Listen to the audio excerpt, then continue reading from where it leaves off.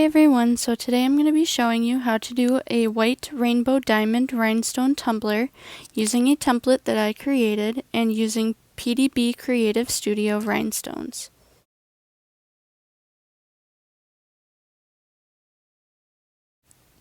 The glue we will be using today is Liquid Fusion, which I have put into this little tiny bottle that I got at Michael's. I severely recommend using Liquid Fusion above any other type of glue for rhinestones. It's honestly the best thing that I could ever use, and I highly recommend it. For the rhinestones, we are using a 4mm sized jelly resin rhinestone from PDB Creative Studios. We are using 9 different colors in this video. While I am working on this, I will be following along on the pattern I created for this rhinestone tumbler. It is a white diamond pattern and it is available on my Etsy. Here you will see I have already rhinestoned the first 2 rows. It was unintentional, it was due to a camera error, but one thing that you want to make sure is to keep the first row very straight. You want to make that as straight as possible because it is your base row. I highly recommend letting your base row sit for at least a half an hour before you actually rhinestone the rest of it, because having that solid base row will make a world of a difference when you are trying to work on the rest of your tumbler. So here you will see me adding the next rhinestones in the next row according to the pattern. It is important to remember that you do not have a whole lot of working time with this, so you want to add them as quickly as possible while still getting them in the correct pattern. However, if you do happen to place a rhinestone in the incorrect spot, right away if you notice, you may still have enough working time to get that put into its correct spot. Liquid Fusion has a pretty decent working time, but I have found that sometimes it does go a little bit faster than what I have been told, so I have roughly about 10 minutes of working time once I place the glue down.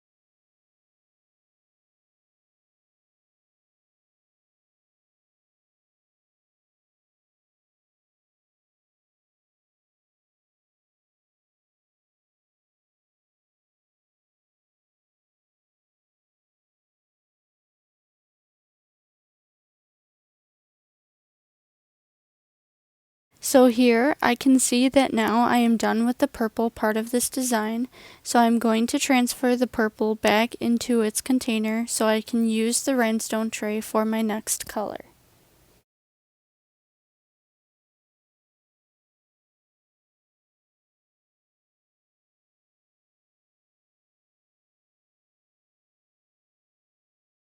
It is important to remember that throughout this tumbler design, there will only be 3 colors being used at a time.